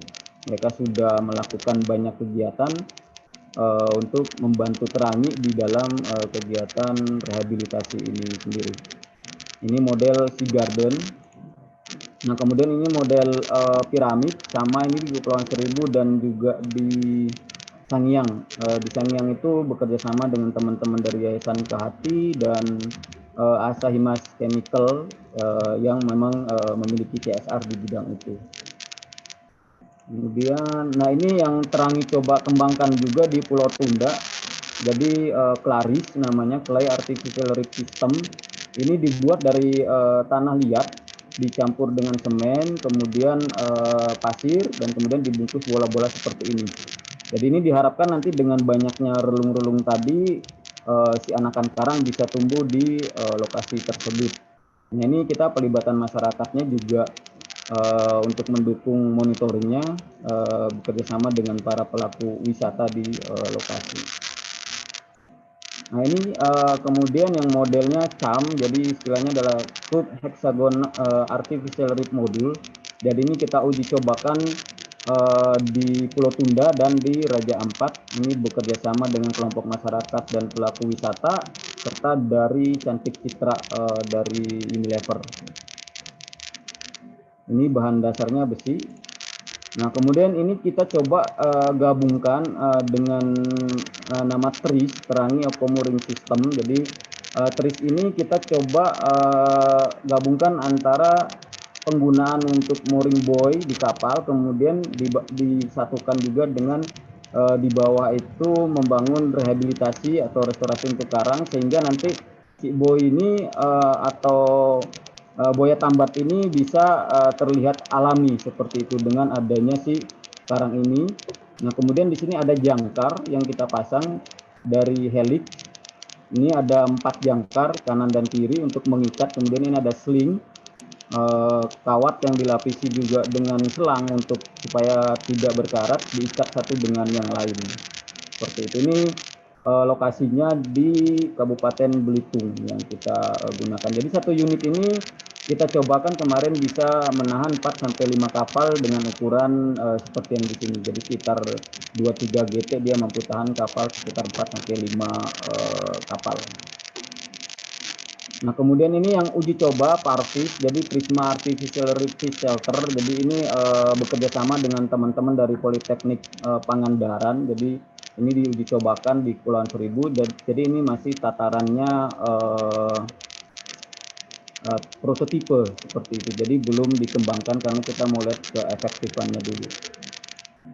Kemudian pembelajarannya. Jadi di sini saya diminta oleh Bang Begin menyampaikan ada nggak pembelajaran yang bisa di-share di samping terkait dengan aksi yang sudah dilakukan oleh teman-teman Terangi. Jadi pembelajaran di sini adalah kita bisa lihat pembibitan karang ini di Pulau Sanyang bekerja sama dengan Asahimas dan juga dengan teman-teman Kehati.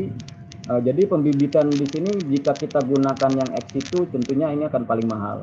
Tapi jika in situ banyak kendala, kemudian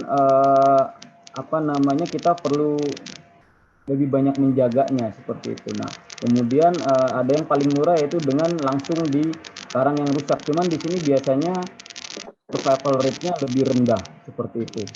Nah, di sini kita coba bangun dengan teman Asahimas dan Kehati itu rumah pembibitan. Jadi karang itu dilakukan pemotongan di sini, kemudian kita masukkan di sini untuk diaklimatisasi. Jadi di depan baru kita lakukan penanaman di lokasi yang rusak seperti itu.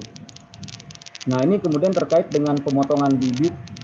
Ini pembelajaran yang kami dapat dari banyak mitra sebenarnya. Jadi dari teman-teman di Asosiasi Koral Kerang Ikan Hias Indonesia yang punya banyak nelayan, yang pembudidaya, kemudian kami coba implementasi sendiri juga bahwa indukan itu boleh dimanfaatkan dengan diameter minimal 25 cm kalau kita ambil dari alam ya, seperti itu untuk yang jenis bercabang. Dan kalau mau dipotong itu jangan sampai lebih dari 50% untuk kelompok-kelompok yang saya sebutkan di sini ada Acropora, Ceratopora, Potilopora, yang intinya yang bercabang. Jadi kalau yang non cabang itu bisa di 30% kita boleh mengambil dia menjadi indukan untuk kita potong. Nah, kemudian yang ditinggalkan harus menunjukkan kemampuan untuk hidup. Nah, ini yang memang PR sekali karena banyak sekarang kita lihat resistensi terhadap penerapan dari terumbu karang transplantasi ini seperti itu karena kebanyakan salah dalam penerapan SOP-nya sendiri gitu. Jadi mereka taunya adalah ngambil karang dari tempat yang bagus, kita tanam di tempat yang rusak, kemudian dia tumbuh. Padahal yang kita potong dari yang bagus itu belum tentu bertahan si indukannya, kemudian anakan yang kita tanam di lokasi baru itu belum juga bisa hidup seperti itu. Nah, ini yang banyak yang harus kita perhatikan. Itu terkait dengan pemotongan bibit, kemudian pemeliharaan. Di sini pemeliharaan itu menjadi poin kunci dalam keberhasilannya sebenarnya, di mana pembelajaran kami 3 bulan pertama itu adalah masa yang rentan. Jadi biasanya 3 bulan pertama ini kami rekomendasikan kegiatan pemeliharaannya itu setiap 2 minggu sekali di 3 bulan pertama ini. Kemudian 6 bulan berikutnya itu diarahkan untuk setiap 1 bulan sekali atau 2 bulan sekali untuk melakukan pembersihan atau monitoring. Nah, kemudian dan 1 tahun, jadi 1 tahun sekali bisa juga setelah si karang tadi bertahan selama 1 tahun kita boleh melihat karang tersebut per tahun untuk melihat sebenarnya perkembangan seperti apa. Karena rata-rata dari pengalaman kami setelah 1 tahun ini karang itu mampu untuk bertahan dengan sendirinya. terlepas dari adanya tekanan alami yang mungkin sifatnya tiba-tiba kayak fenomena bleaching atau tsunami, itu tidak bisa kita pungkiri seperti itu. Nah, kemudian pembelajaran yang berikutnya adalah jenis cepat tumbuh. Nah, ini dominan kalau kita lihat teman-teman itu banyak melakukan kegiatan rehabilitasi itu dengan mengedepankan yang cepat tumbuh nih. Acroporidae dan Poeciloporidae ini cukup cepat tumbuh, tapi dia kurang kuat terhadap tekanan alami. Ini contohnya yang di Sangiang, kami waktu sebelum tsunami dari runtuhnya Krakatau, anak Krakatau ini karangnya masih bagus, kemudian dia kena terhadap sedimen dari anak Krakatau, jadi si karangnya mati, tertimbun sedimen seperti itu. Nah, kemudian pembelajaran berikutnya adalah ini jenis yang lambat tumbuh. Dari ini di lokasi yang sama, jadi dengan metode yang sama itu jenis yang lambat tumbuh ini memang nggak menarik sebenarnya untuk dari sisi capaian jika kita menggunakan luasan tutupan atau menggunakan coverage dari suatu area. Tapi dari sisi sintasan atau ketahanan hidup, karang-karang jenis ini itu relatif lebih bertahan hidup dibanding dengan yang lain. Jadi dia kuat terhadap tekanan alami. Jadi ini kejadian saat tsunami dari Krakatau itu, karang-karang ini masih utuh, tidak terpengaruh sama sekali dengan keruhnya perairan yang ada saat itu. Nah, kemudian ini pembelajaran berikutnya adalah rekrutmen alami. Jadi karang itu relatif akan tumbuh sebenarnya di bagian-bagian yang tidak mudah terekspos. Jadi misalkan ini dia tumbuh di sambungan pipa paralon atau di balik dari terumbu buatan yang kita buat.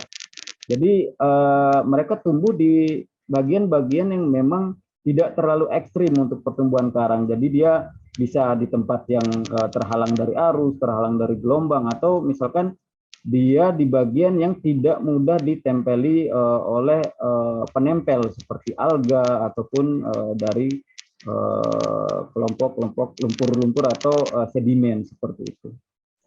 Nah, ini mitra pelaksana kami, sebenarnya masih banyak mitra pelaksana di lapangan yang membantu kami. Jadi dari awal sampai dengan saat ini banyak mitra yang membantu kami dalam kegiatan ini, baik di level lembaga, perusahaan, maupun dari kelompok masyarakat itu sendiri. Ini mitra-mitranya. Nah, kemudian ini tantangan yang selalu saya angkat dalam kegiatan rehabilitasi itu, sebenarnya kita punya tantangan yang saat ini belum terjawab sebenarnya terkait dengan tata laksana kegiatan rehabilitasi dan atau restorasi terumbu karang ini belum ada. Jadi ini sebenarnya tugas teman-teman di peneliti ataupun praktisi untuk membangun ini, sehingga tujuan yang tadi baik tidak menjadi sia-sia dilakukan seperti itu. Nah, kemudian dalam penilaian untuk keberhasilan sebuah restorasi atau rehabilitasi itu, kita perlu membangun sebuah standar ekologi, sosial, dan ekonomi tentunya. Misalkan sosial itu pelibatan masyarakatnya seperti apa, mereka bisa mengakses itu atau tidak. Kemudian dari sisi ekologi, berapa sintasan yang dikatakan berhasil dari si karang tersebut? Apakah dengan dia dominan bercabang, apakah itu sudah dikatakan berhasil? Kemudian dari sisi ekonomi, apakah metode-metode yang sudah digunakan tersebut ekonomi untuk diterapkan baik oleh tingkat tapak maupun di tingkat pemerintahan misalkan. Karena bagaimanapun juga dalam penilaian ini harus kita coba kembangkan seperti itu. Nah, ini mungkin perannya Bang Begin di kampus IPB, Bang Hawis, kemudian tadi teman-teman dari Yayasan Terumbu Rupa dan mitra-mitra yang ada di sini untuk bisa membangun sebenarnya tata laksana dan standar ini. Nah, kemudian yang terakhir adalah masing-masing lokasi itu memiliki tekanan dan keunikan tersendiri terhadap bagaimana keberhasilan dari restorasi dan atau rehabilitasi tadi, sehingga pendekatan-pendekatan itu akan tentunya jadi berbeda. Misalkan penggunaan modulnya, penggunaan metodenya, kemudian pemilihan lokasinya, tentu ini akan berbeda. Dia akan case by case sesuai dengan lokasinya. Jadi itu yang kami sarankan, jadi ini menjadi tantangan kita semua, terutama kami juga di Terangi mencoba untuk menjawab tantangan ini. Nah, itu yang bisa saya sampaikan. Terima kasih dari saya, mungkin bisa kita buka diskusi. Sekian dari saya, Assalamualaikum warahmatullahi wabarakatuh. Saya kembalikan ke Bang Begi. Iya, wah terima kasih Bang Idris. Ini sharing yang luar biasa. Memang Terangi sudah banyak sekali pengalamannya, dan saya sepakat ya apa yang disampaikan Bang Idris tadi, bahwa nggak ada metode yang generik. Ya. Jadi satu metode untuk semua lokasi. Jadi memang ya masing-masing lokasi itu punya keunikan, jadi ramuannya juga berbeda ya Bang Idris ya. Jadi dilihat dulu situasinya. Jadi kalau kayak dokter didiagnosa dulu, tadi Bang Idris sudah menyampaikan contoh diagnosa ya yang bisa digunakan oleh teman-teman untuk menentukan metode apa yang akan digunakan. Tadi banyak sekali metode-metode yang sudah dikerjakan dan dicobakan oleh teman-teman Terangi. Terima kasih Bang Idris. Nah, ini sudah ada beberapa pertanyaan Bang Idris di chat dari Anambas Foundation, Novita. Pertama pertanyaannya, jika bibit karang yang diambil dari site donor jaraknya 15 menit dari site restorasi, bagaimana cara mengurangi stres akibat transport? Yang kedua, bagaimana teknik terbaik dalam pengambilan fragmen karang? Kemudian dari Mbak Ruli lagi nih, ya pertanyaannya, yang ditanam di jaring alam itu ditempelnya pakai apa? Nah, itu baru 2 ini pertanyaannya Bang Idris. Monggo, silakan. Baik, saya coba untuk sedikit bukan menggurui sih sebenarnya, untuk membantu memperjelas saja. Jadi mungkin ada teman-teman lain yang punya pengalaman yang berbeda. Jadi untuk pengalaman di lapangan, untuk jenis-jenis karang yang diambil itu bagaimana jika jaraknya terlalu jauh. Jadi sebenarnya kita di Terangi mencoba menerapkan itu. Jadi diambilnya adalah dengan tang potong, kemudian kita masukkan dalam semacam ember yang dibolongi, yang kita bawa ke dalam air, kemudian di situ kita kumpulkan semua. Nah, dalam proses pemotongan itu sebaiknya sih kita menggunakan sarung tangan, karena tadi kulit kita yang relatif lebih panas dibanding dengan si karang, itu akan menyebabkan karang tambah stres. Nah, setelah sampai di permukaan itu kita coba tempatkan si karang tadi di satu box atau ember atau apalah yang bisa menampung air. Kita masukkan karangnya di sana. Kalau bisa dia adalah per jenis gitu. Nah, kalau di situ kemudian setiap 2 sampai dengan 3 menit lah, itu air itu selalu diganti jika perjalanan cukup jauh. Jadi diisi, kemudian dituangkan air lagi terus sampai dia sampai di lokasi seperti itu. Karena tandanya karang stresnya itu nanti kan ada lendir-lendirnya yang keluar tuh dari hasil pemotongan. Nah, itu disiram terus saja. Kemudian kalau bisa saat membawanya dia ditutupi dengan terpal atau kemudian ditutupi dengan sesuatu yang membuat teduh gitu. Jadi tidak terekspos matahari langsung. Jika pakai kapal yang ada penutupnya itu sudah cukup. Tapi jika tidak ada, maka coba dibantu dengan ditutup si karang tersebut. Kemudian sambil diganti airnya secara teratur, misalkan 2 atau 3 menit sekali diganti seperti itu. Mungkin itu untuk yang pertanyaan dari Mbak Novi ya. Kemudian dari Bu Ruli terkait dengan penempelan karang di jaring tersebut, kami menggunakan semen. Jadi kalau kita lihat di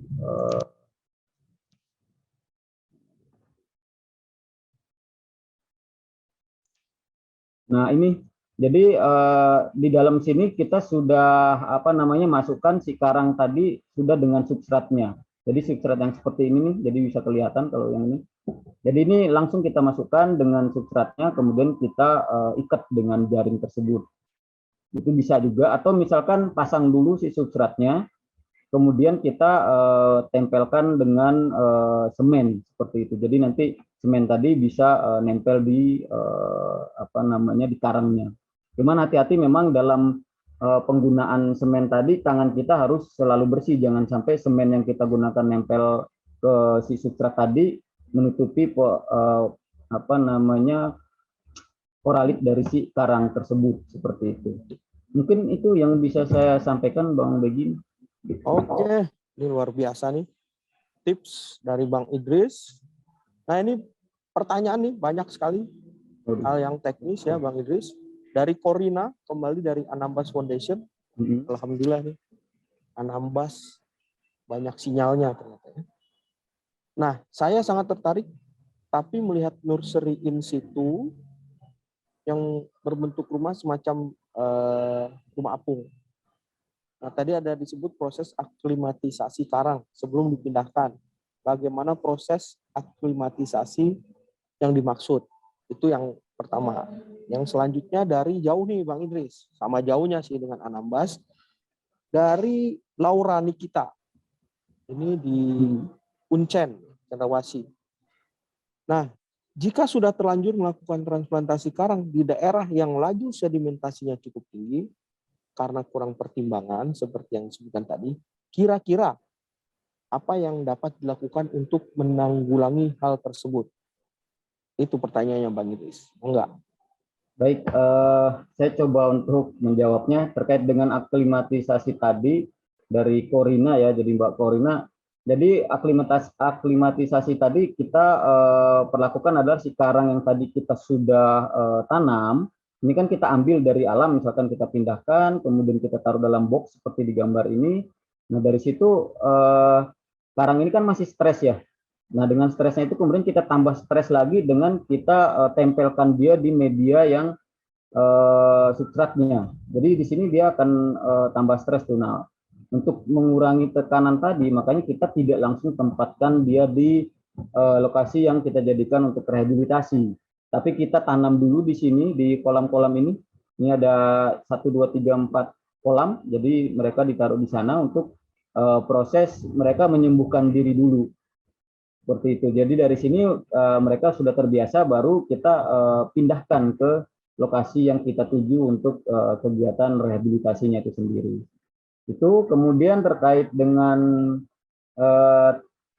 lokasi yang sudah terlanjur banyak sedimentasi, hanya ada satu cara kalau untuk bisa tetap berjalan adalah melakukan pemindahan. Hanya itu caranya jika kita tidak mampu untuk tadi mencegah laju sedimentasi dari lokasi sekitarnya. Jadi ya mau nggak mau kita pindahkan si karang tersebut ke lokasi yang memang laju sedimentasinya tidak terlalu tinggi seperti itu. Mungkin itu Bang Begin. Ya, terima kasih. Jadi sudah dijawab oleh Bang Idris. Tadi kalau memang lokasinya sedimentasi tinggi ya sebaiknya dipindahkan seperti itu. Kemudian untuk aklimatisasi tadi sudah dijawab juga ya. Jadi karena sudah terlalu banyak ya stres yang diterima karang ya, pemindahan, pemotongan, pengeleman ya, itu dia butuh tempat recovery seperti itu. Nah nursery inilah sebenarnya menjadi tempat recovery tersebut. Nah sebenarnya kalau mau idealnya lagi, ya ada orang yang khusus ya Bang Idris ya untuk memperhatikan nursery. Benar. Jadi biar terpantau seperti itu. Nah masuk lagi nih pertanyaan Bang Idris dari Novanya Ismi dari PKP Kerawang. Izin bertanya, pertimbangan apa saja sebelum dilakukan pemasangan ekorif? Dan untuk pengambilan bibit karang, untuk ditanam kembali, adakah jenjang waktunya setelah diambil? Ini pertanyaan kedua. Pertanyaan ketiga, pertanyaannya beranak nih Bang Idris. Karena kalau tidak salah, semakin lama bibit dibiarkan atau jarang dilihat, dan tidak segera ditanam, kesehatannya akan menurun. Nah ini, silakan Bang Idris dijawab. Baik, terima kasih atas pertanyaannya dan bisa menjadi ajang diskusi kita bersama juga sih sebenarnya. Jadi terkait dengan pemasangan ekorip apa saja sih yang perlu dipertimbangkan, tentunya pertama tujuan kita pemasangan ekorip tadi kan untuk rehabilitasi ya. Jadi kita harus perhatikan juga di lokasi sekitar tadi apakah berdekatan dengan terumbu alami yang nantinya akan menjadi sumber atau source untuk anakan karang yang akan menempel pada ekorip tersebut. Itu yang pertama. Yang kedua, posisi pemasangan ekorip ini harus tidak terlalu banyak dipengaruhi oleh adanya gelombang misalkan, karena dia relatif akan mampu bertahan, tapi lama-kelamaan strukturnya itu dia biasanya akan tertimbun.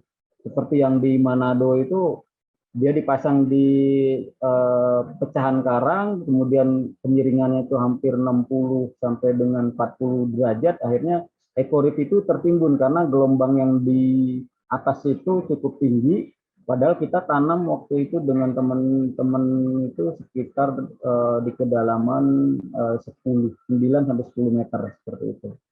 Nah ini perlu dipertimbangkan sehingga lokasi tersebut cocok untuk penggunaan metode ekorip tadi kayak gitu. Nah kemudian untuk pengambilan bibit karang itu apakah ada jenjang waktunya setelah diambil?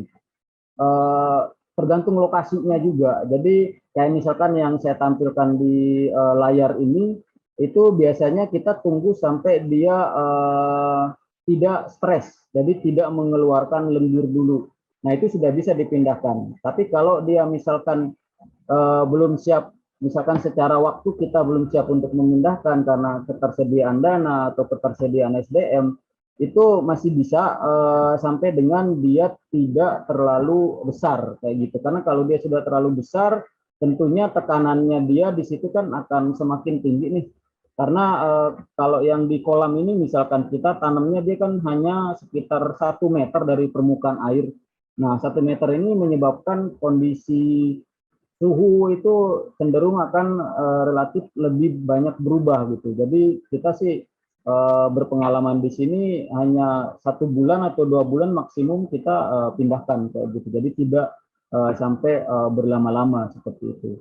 Nah kemudian terkait dengan bibit yang jarang dilihat dan tidak segera ditanam, kesehatannya akan menurun. Iya seperti tadi. Jadi jika bibit yang seperti ini ditanam di lokasi seperti ini, ya iya benar dia akan gampang untuk menurun kesehatannya. Tapi kalau misalkan kita tidak menggunakan rumah apung, kita tanam di kedalaman tertentu yang sesuai dengan kondisi alaminya, relatif dia akan mampu bertahan seperti itu. Bahkan mungkin jika kondisinya selalu kita bersihkan atau kita jaga, ya dia akan cocok untuk tumbuh di sana seperti itu. Jadi kondisi kesehatannya relatif akan mampu bertahan seperti itu kalau untuk yang lokasinya agak dalam seperti itu dan sesuai dengan kondisi saat kita pengambilan sebelumnya. Mungkin itu Bang Begin dan Mbak Nova yang bisa saya share. Baik, terima kasih Bang Idris. Nah, ini pertanyaan terakhir nih dari Mas Agus ya. Karena ini sudah mungkin di Papua ini udah malam ya. Udah makan malam ini harusnya. Bang Idris juga harusnya udah makan malam nih kan. Makan sore. Terakhir, sore ya. Dari Ian ya. Ian dari BPSPL Pontianak mau bertanya, untuk perairan yang memiliki kemiringan terjal, struktur seperti apa yang cocok untuk transplantasi karang? Apakah ada referensi struktur untuk lokasi tersebut? Terima kasih Bang Idris. Monggo. Ya baik, terima kasih Pak Ian atau Mas Ian di sini. Jadi sedikit itu kan kalau kita ngomong palung ya berarti ini lebih kepada bentuk dari topografinya adalah wall atau drop off. Jadi kalau drop off itu relatif dia substrat dasarnya sebenarnya sudah keras. Jadi dengan substrat dasar yang keras tadi sebenarnya seperti yang saya sampaikan di alur pengambilan keputusan tadi bahwa kita tidak perlu menyediakan media tambahan, cukup dengan media dia sendiri yang alami tadi. Nah, mungkin pendekatannya di sini bisa dengan dibor itu substrat dasarnya, kemudian ditempel dengan lem untuk anakan karangnya, atau bisa juga dengan menggunakan paku, kemudian dipaku di dinding-dindingnya tadi, kemudian kita tempelkan anakan karang yang memang bisa menempel di besi tersebut kayak gitu. Jadi itu bisa digunakan. Tapi kalau menambah dalam bentuk terumbu buatan mungkin itu tidak perlu, karena biasanya yang drop off itu relatif dia akan strukturnya sudah keras. Seperti itu Bang Begin dan Pak Ian atau Mas Ian yang bisa saya bantu sharing. Nah, keluar lagi nih tips-tips yang tadi belum sempat ditampilkan kan. Jadi Ya, memang benar. disinilah pentingnya skors ini ya. Banyak sekali tips-tips ya, info-info yang akan muncul ya, dan itu merupakan sharing pengalaman dari para narasumber kita yang keren-keren.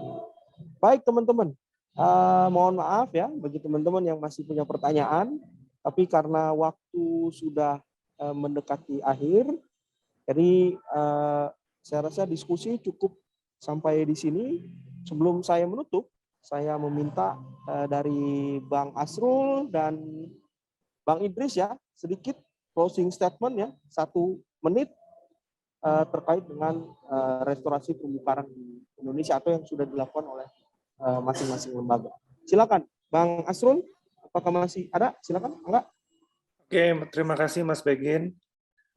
Sekali lagi terima kasih Mas Begin dan Mas Awis atas kesempatannya kita bisa sharing pengalaman, dan mungkin mudah-mudahan bisa membuat kita semua tergerak untuk selalu mencintai laut dan selalu peduli dengan laut. Dan itu yang cuma bisa kita lakukan. Kita juga masih terus belajar. Dan tadi juga udah dengar paparan dari Mas Idris, banyak sekali juga masukan yang saya bisa pelajari baru, contohnya tadi yang di wall. Ya, sekali lagi terima kasih. Mungkin semoga ini bukan terakhir kita bisa ketemu. Ya, ditunggu lagi kesempatan selanjutnya ya, Mas Begin, Mas Awes, dan mungkin kita juga bisa sharing pengalaman baru. Terima kasih. Selamat sore. Assalamualaikum warahmatullahi wabarakatuh. Waalaikumsalam. Terima kasih Mas Asrul. Bang Idris, mangga. Baik, terima kasih Bang Begin, Bang Hawis, dan teman-teman yang masih aktif untuk menyaksikan webinar ini. Jadi dalam membangun sebuah kegiatan restorasi ataupun rehabilitasi, niat baik saja tidak cukup, tapi diperlukan pengetahuan dan informasi yang cukup untuk membangun tujuan baik tersebut.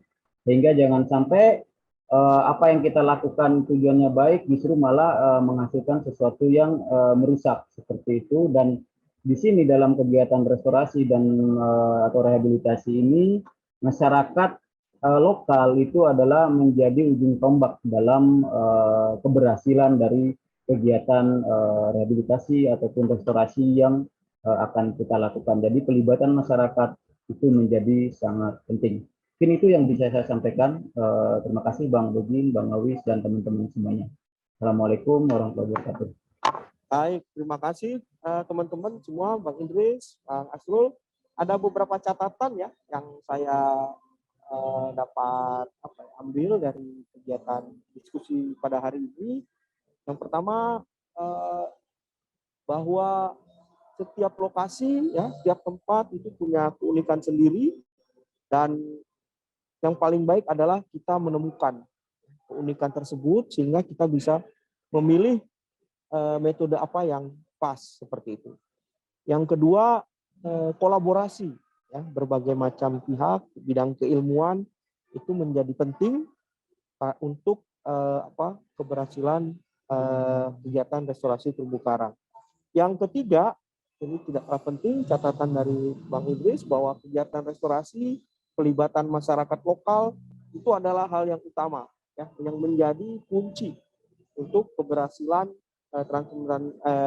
restorasi terumbu karang, karena bisa kalau bisa juga memberikan value ya kepada masyarakat lokal tersebut. Baik teman-teman, ini adalah diskusi akhir tahun ya, terakhir ya untuk skor tahun ini ya. Jadi kita 2 seri untuk pemanasan. Nanti tahun depan sudah siap sekitar 15 seri lagi. Jadi kita akan maraton ya 15 minggu mulai tanggal 10 Januari. Nanti kami akan bukan di 10 Januari ini nanti akan ada sharing dari Bang Erdi Lazuardi dari WWF dan Mas Barmawi dari BPSPL Denpasar tentang kegiatan-kegiatan di sana. Dan kami pun membuka kesempatan ke teman-teman yang pernah melakukan kegiatan restorasi, rehabilitasi terumbu karang untuk sharing juga lewat Skors ini. Nanti silakan japri ke saya ya, kira-kira saya akan kasih link untuk memilih jadwal. Insya Allah sampai bulan Maret itu sudah penuh. Berarti tinggal ya akhir Maret sampai April seperti itu. Nah, karena waktu juga yang membatasi kita, sekali lagi terima kasih kepada Bang Idris dan Bang Asrul yang sudah berkesempatan berbagi, dan yang tidak kalah penting adalah teman-teman Bapak Ibu ya, Akang, Teteh, Kakak yang sudah terus ya hadir dalam diskusi ini dan saling belajar di Skors ini. Kami pun penyelenggara sambil belajar di sini. Jadi kita sama-sama belajar, kita sharing pengalaman-pengalaman kita di sini. Dengan demikian kami akhiri, sekali lagi terima kasih. Assalamualaikum warahmatullahi wabarakatuh.